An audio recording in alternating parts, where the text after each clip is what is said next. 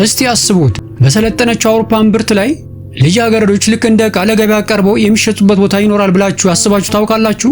የአብዛኞቻችሁ መልስ እንዴት ተደርጎ እንደሚሆን አልጠራጠርም።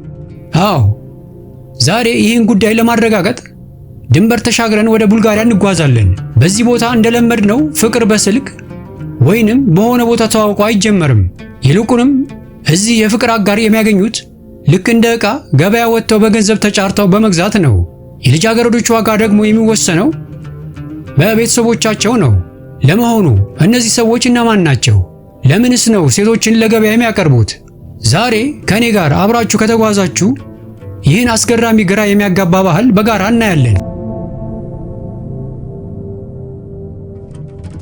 ባለፉት ዘመናት የተለያዩ ብሔረሰቦች በየራሳቸው ክልል ማህበረሰቦች መስርተው በምድር ላይ አብሮ ኖረዋል።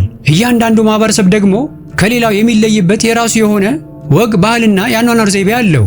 ይህም ልዩና መለያ ያደርጋቸዋል። ዛሬ የምናየው ስለ እነዚህ ለየት ያሉ ማህበረሰቦች አንዱ ስለሆነው ጂፕሲ በሚል መጠሪያ ስለሚታወቁት የሮማን ህዝቦች ነው። እነዚህ ሰዎች ለዘመናት የራሳቸው ማንነት ጠብቀው በተለያዩ የዓለም ሀገራት ይኖራሉ። በቱርክ ውስጥ 2 ሚሊዮን ገደማ የሚሆኑ ሲሆኑ አብዛኞቹ ግን በባልካን ሀገራት ይገኛሉ። የሮማኒ ህዝቦች የዘር ግንድ መነሻው ሰሜን ህንድ ነው።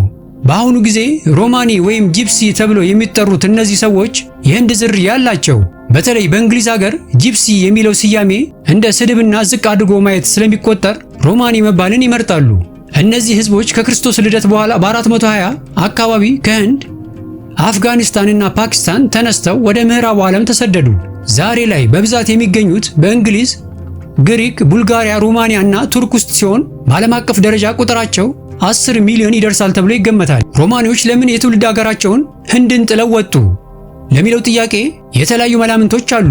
አንዳንዶች በ4ኛው ክፍለ ዘመን በምዕራባውያን ነገስታት ተማርከው በባርነት ተወሰዱ ይላሉ። ሌሎች ደግሞ በጦርነት ወቅት እንደ ቅጥረኛ ወታደር ተወስደው እዚያው ሰፈሩ ይላሉ። የሚገርመው ግን የትም ቦታ ቢሄዱ የራሳቸውን ባህልና የአኗኗር ዘይቤ አለመጣላቸው ነው። ለምሳሌ የጥንቆላ ሥራ፣ ወንዶቹ ደግሞ በሙዚቃ፣ በቆርቆሮ ሥራና በእንስሳት እርባታ መሰማራታቸው ዋነኛ መለያዎቻቸው ናቸው። ሁለቱም ጾታዎች ለሙዚቃና ለዳንስ ጥልቅ ፍቅር አላቸው። ሮማኒዎች በአብዛኛው ሀገራት ማህበራዊ መገለል ይደርስባቸዋል። ከሌላው ማህበረሰብ ጋር ብዙ አይቀላቀሉም። ይህም በጥርጣሬ እንዲታዩ ያደርጋቸዋል።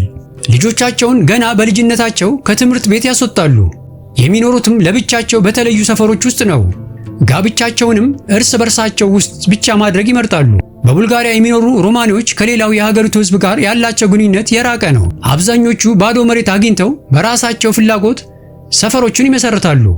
በዚህም ከሌላው ሕዝብ ይለያሉ። ቡልጋሪያውያን ስለ መገለላቸው ግድ ባይኖራቸውም ሮማኒዎች ግን እንደ መብራትና ውሃ ያሉ አገልግሎቶችን ያለ ክፍያ መጠቀማቸው ያሳስባቸዋል። እነሱ የሚጠቀሙበትን ወጪ እኛ በምንከፍለው ግብር ላይ ይጫናል በሚል ቅሬታ ያነሱባቸዋል። ቡልጋሪያ የተባበሩት መንግስታት ድርጅትን ከመቀላቀሏ በፊት የሮማኒ ህዝብ ቁጥር ከፍተኛ ነበር። ድርጅቱን ከተቀላቀለች በኋላ ግን የሀገሪቱ ድንበር በመከፈቱ በ10 ሺህ የሚቆጠሩ ሮማኒዎች ወደ ሌሎች የአውሮፓ ሀገራት ተሰደዋል። ዛሬ በቡልጋሪያ የሚኖሩት በከተሞች ገጠራማ አካባቢዎች በሚገኙ አነስተኛ ሰፈሮች ውስጥ ነው። እነዚህ አካባቢዎች የመንግስት ኢንቨስትመንት ስለማይደርሳቸው መንገዶቻቸው የተበላሹና ቤቶቻቸው ያረጁ ናቸው። አሁን ወደ ዋናው ጉዳይ እንግባ። በቡልጋሪያ የሚገኘው የሙሽሮች ገበያ። በቡልጋሪያ የሥራ አጥነት ቁጥር ከፍተኛ በመሆኑ የሮማኒ ማህበረሰብ ለሴት ልጆቻቸው የተሻለ ህይወት ለመፍጠር ይህን መንገድ አግኝተዋል። በሀገራችን ባህል እንደሚደረገው ወንድና ሴት ሲጋቡ ወንዱ ለሴቱ ቤተሰብ ጥሎሽ እንደሚከፍለው ሁሉ በቡልጋሪያ የሚገኙ የሮማኒ ማህበረሰቦችም ይህን የመሰለ ነገር ያደርጋሉ። ይህ ጋብቻ ፍቅር ያለበት ሳይሆን ንጹህ የንግድ ልውውጥ ነው። ቤተሰቦች ሴት ልጆቻቸው የመጀመሪያ ደረጃ ትምህርታቸውን እንዳጠናቀቁ ለጋብቻ ማዘጋጀትና ውጤታማ በሆነ መንገድ መሸጥ ይጀምራሉ። ይህ በአደባባይ ገበያ የሚካሄድ ሲሆን መንግስት ምንም አይነት ቅጣት አይጠልባቸውም። ካላይድዝ በሚባል ጎሳ ውስጥ የሚገኙ ሰዎች ሴት ልጆቻቸውን ለባዕድ ሰዎች በገንዘብ ይሸጣሉ። ይህ ለአንዳንዶች ኋላ ቀር ቢመስልም ለነሱ ግን የባህላቸው አካል ነው። በገበያው ቀን ልጃገረዶቹ ውብ ሆነው ለመታየት ይጥራሉ።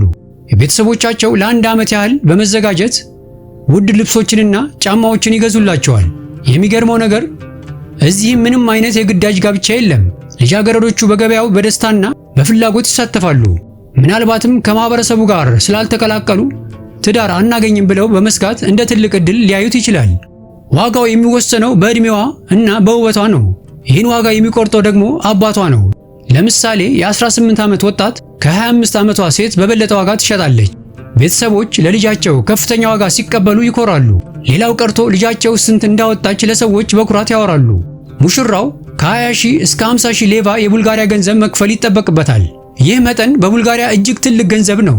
በዶላር ሲሰላ ከ27,000 በላይ ሊሆን ይችላል። በተለይ ሴቷ ሰማያዊ አይን ካላት በቡልጋሪያ ብርቅ ስለሆነ ዋጋው ይጨምራል። ወደ ገበያው ቤተሰቦች አብሮ ይሄዳሉ። አባትየው በጋብቻ ቢስማማ እንኳን እናትየው ወይም ሙሽራይቱ ወንዱን ካልወደዱት ትዳሩ ላይፈጸም ይችላል። የሚገርመው ግን ሙሽራውና ሙሽራይቱ በገበያው ቀን ነው ለመጀመሪያ ጊዜ የሚተያዩት። ሮማኒዎች ሴት ልጆቻቸው ከወንዶች ጋር ጓደኝነት እንዳይመሰርቱ ይከለክላሉ። ፍቅር ወይም መቀራረብ የቤተሰብን ክብር ያዋርዳል፣ አሉባልታም ያመጣል ብለው ያምናሉ። በዚህ ፍርሃት ምክንያት አብዛኞቹ ሴት ልጆች ከአንደኛ ደረጃ በላይ አይማሩም። ወንዶች ሆነ ሴቶች ገና በ13 እና በ14 ዓመታቸው በዚህ ገበያ አማካኝነት ይዳራሉ። ይህ ባህል በሁሉም ሮማኒዎች ዘንድ ሳይሆን በቡልጋሪያ በሚገኘው ካላይድዝ ጎሳዎች ብቻ የሚደረግ ነው።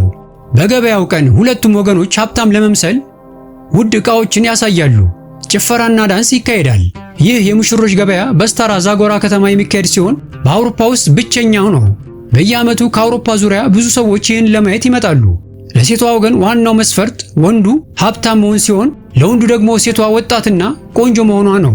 ምንም እንኳን ያልተማሩና ሥራ የማይሰሩ ተደርገው ቢታዩም ሮማኒዎች ሳይበከሉ የራሳቸውን ባል ጠብቀው ይኖራሉ። ሀብት ከማከማቸት ይልቅ የዕለት ተዕለት ደስታና መዝናናትን ያስቀድማሉ። ስለ ቡልጋሪያ ሮማኒዎች የሙሽራ ገበያ የነበረን መረጃ ይህን ይመስል ነበር።